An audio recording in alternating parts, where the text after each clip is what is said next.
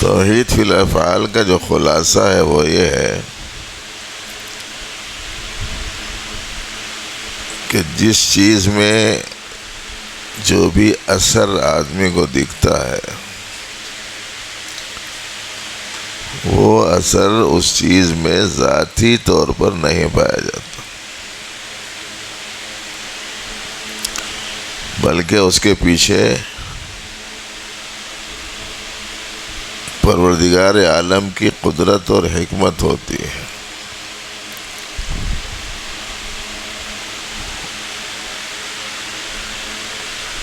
ذاتی طور پر کوئی چیز کوئی اثر نہیں رکھتی،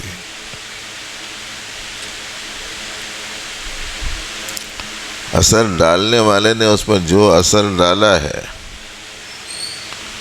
وہی اس سے نکلتا ہے بس۔ جس کو سمجھانے کے لیے ہمارے بزرگوں نے یہ بتایا کہ دیکھو ایک خالی برتن ہوتا ہے، خالی برتن تو خالی برتن ہے،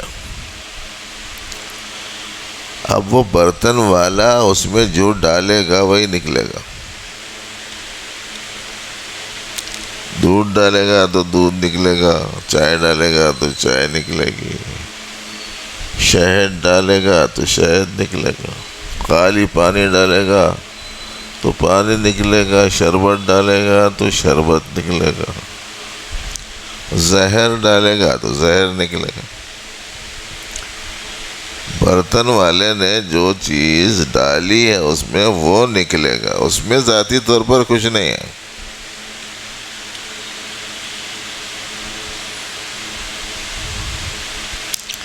اب اگر کسی چیز میں کوئی ہم اثر مانتے ہیں تو کس بنیاد پر مانتے ہیں، وہ ہے مسئلہ۔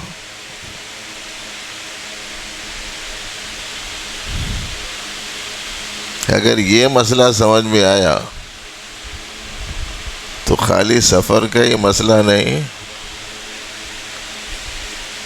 پوری زندگی بھر کا مسئلہ حل ہو جاتا۔ صرف ماہ سفر کا مسئلہ نہیں، زندگی بھر کا مسئلہ حل ہو جاتا۔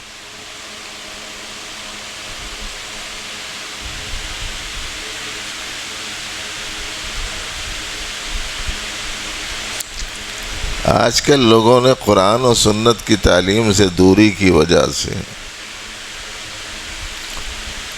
دینیات، اسلامیات، ایمانیات کے مذاکروں سے محرومی کی وجہ سے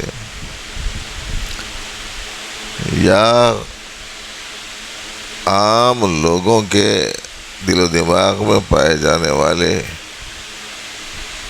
ان کے خیالات اور ان کے تذکروں اور تبصروں کو سن سن کر ذہن یہ بن گیا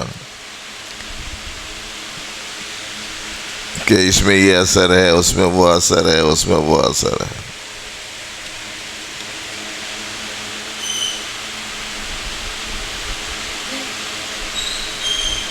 یہ توحید افعالی کے خلاف حالت ہے۔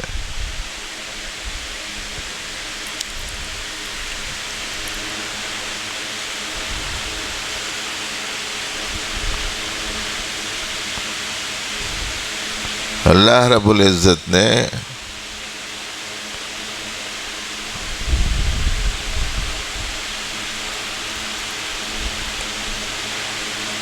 ہر چیز میں اثر کو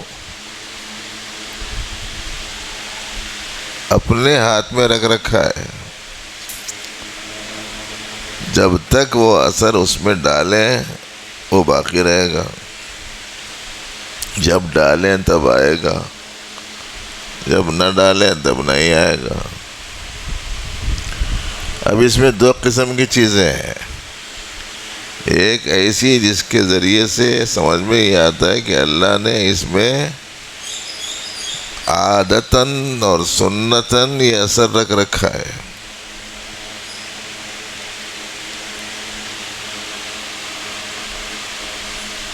اور کچھ چیزیں ایسی ہیں جس میں اللہ نے یہ بتایا ہے کہ چاہے تو وہ اس کے اندر سے اس تاثیر کو نکال دے۔ جیسے آپ کو پیاس لگے تو پانی پینے میں اللہ کی جو سنت جاریہ ہے وہ یہ ہے کہ اس سے پیاس بجھتی ہے. پیاس بجھانا پانی کا کام نہیں ہے. اللہ نے پانی کو پیاس بجھانے کا ایک ایسا ذریعہ بنایا ہے جو ان کی عام طور پر پائی جانے والی سنت ہے. بھوک لگنے پر کچھ کھانے سے آپ کی بے چینی ختم ہوتی ہے، بھوک کا ازالہ ہوتا ہے، یہ ان کی سنت عمومی ہے. اسی لیے ایسی چیزیں جس کے ساتھ ان کی سنت عمومی ہے وہ عمل کرنا ضروری ہے. پیاس لگے، پانی پاس موجود ہو، آپ پانی نہ پئیں اور مر جائیں تو باس پرس ہو سکتی. بھوک لگے، کھانا سامنے ہو، آپ کھانا نہ کھائیں اور مر جائیں تو باس پرس پوچھ تاچھ ہو سکتی ہے. اس کے برخلاف دوا میں شفا سنت عمومی نہیں ہے.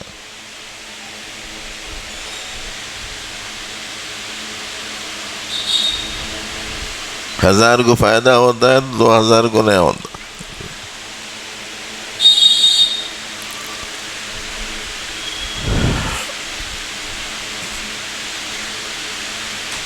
آگ میں جلانے کی تاثیر ہے مگر اللہ کے رکھنے سے.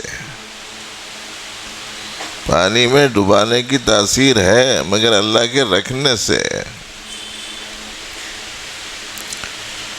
لیکن جب اللہ اس میں سے وہ تاثیر نکال دیتے ہیں تو پانی رہتا ہے، ڈباتا نہیں. پانی کہیں نہیں جاتا.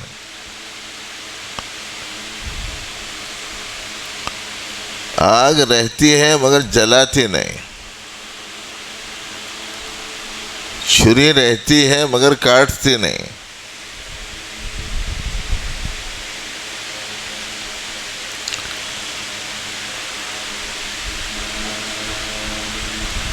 اسی لیے اسلام کی تعلیم میں بنیادی جو تعلیم ہے وہ یہ ہے کہ مؤثر حقیقی، فاعل حقیقی اور زندگی کی ہماری کسی بھی ضرورت کے پورا کرنے سے متعلق پورا کرنے میں اس کے پیچھے قدرت حقیقی صرف حق تعالیٰ کے لیے ہے. بس لا فاعل الا اللہ کا مطلب یہ ہے. اور یہ جو اذکار میں سلسلے کے الا اللہ کا جو ذکر کراتے ہیں اس میں یہ تصور زیادہ رکھنے کو کہا جاتا ہے. اس لیے کہ زیادہ تر لوگ جو مار کھا رہے ہیں یہی توحید میں کھا رہے ہیں. مار کھانے کا مطلب یہ کہ متاثر ہو رہے ہیں، فیل ہو جا رہے ہیں، یہی لائن میں فیل ہو جا رہے ہیں.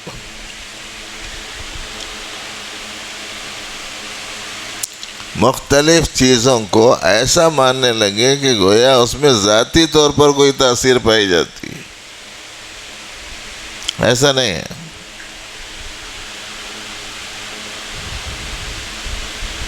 جیسے سفر میں نحوست کو مان لیے لوگ، مائے سفر میں دلیل نہیں ہے کچھ، بلکہ اس کے خلاف میں دلیل موجود ہے.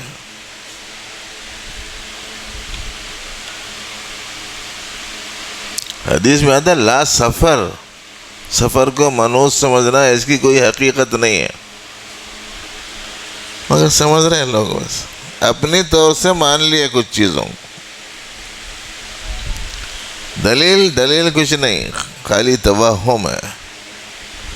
اصل میں یہ واہمی لوگوں کے درمیان میں رہتے رہتے ہم لوگ بھی واہمی بن گئے. توہمات پرستی کی دنیا میں رہتے رہتے لوگوں میں توہم پیدا ہو گیا.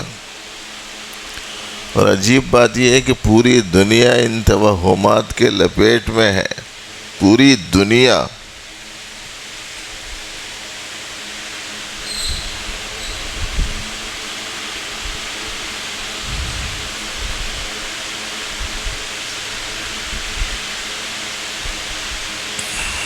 افراد کو پیش آنے والے واقعات کے ساتھ مؤثر ماننا شروع کر دیے.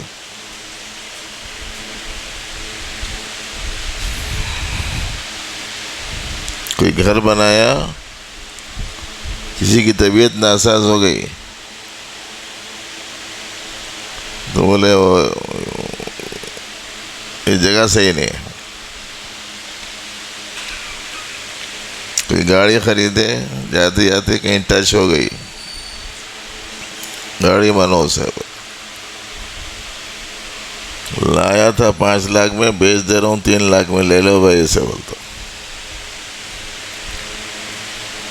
ارے اپنے چلانے کی غلطی نہیں دیکھا، اپنی بے احتیاطی نہیں دیکھا، منسوب کر دیا گاڑی کی طرف.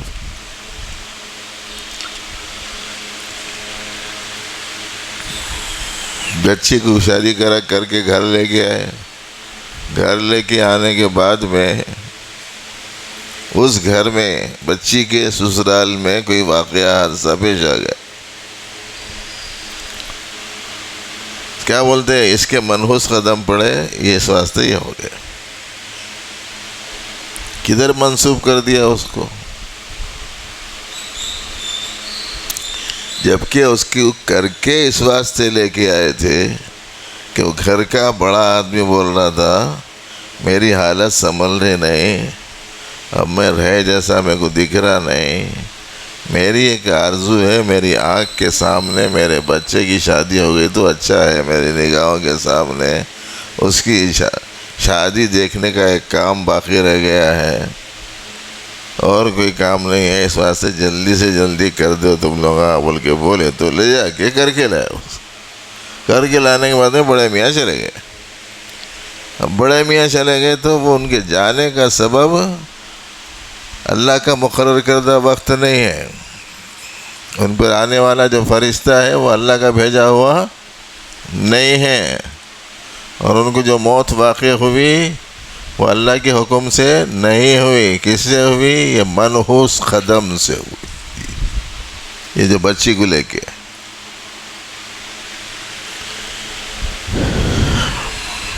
کھانا کھانے بیٹھے، بے تکا کھا لیے، 1 روٹی 2 روٹیاں کھانے کا تھا 4 کھا لیے، 1 انڈا کھانے کا تھا 4 انڈے کھا لیے جی، 2-4 بوٹیاں کھانے کا تھا اچھا 1/4 کلو آدھا کلو تک کا کھینچ لیے، اور ہضم ہونے والی اور نہیں ہضم ہونے والی دونوں غذاؤں کو ملا کے استعمال کر لیے. اور جب پیٹ میں دکھنا شروع ہو گیا تو اس وقت میں کوئی صاحب آئے تھے. کہاں سے؟ تجوید القرآن نمبر پیٹس جی. بولے انہیں حادث وقت میں انہیں آ کے گیا تھا، دیکھو بس اس کی نظر لگی. ارے بھائی پیٹ میں درد اس کے دیکھنے سے نہیں ہے، تمہارے بے حساب دیکھ لینے سے. منسوب کر دی افراد کی طرف.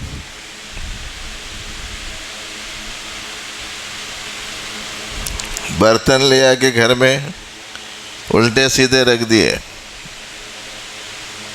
جما کے نہیں رکھے، ادھر رکھ دیے، سمجھے؟ چوہا آیا، ذرا سا حرکت کرنے گیا، پورے برتنہ گر کے کچن میں پھیل گئے. اور جب پھیل گئے تو صبح ہی صبح بھاگ کے آ گئے لوگ، ہمارے گھر میں رات کو جنات آ کے گڑبڑ کرتے ہیں. تو ماہ سفر خاص طور سے اس کے ابتدائی 13 دن اس کو لوگ جو منحوس سمجھتے ہیں، اس کے پیچھے بظاہر ان لوگوں کو یہ چیز معمولی سی سمجھ میں آتی ہے، لیکن حقیقت بھی نگاہیں جہاں تک پہنچتی ہیں وہ یہ ہے کہ یہ انسان کی توحید فعلی کو متاثر کر دینے والی بدعقیدگی ہے. جمال الوجود بذكر الإله وتصفو الحياة بنور هداه. جمال الوجود بذكر الإله وتصفو الحياة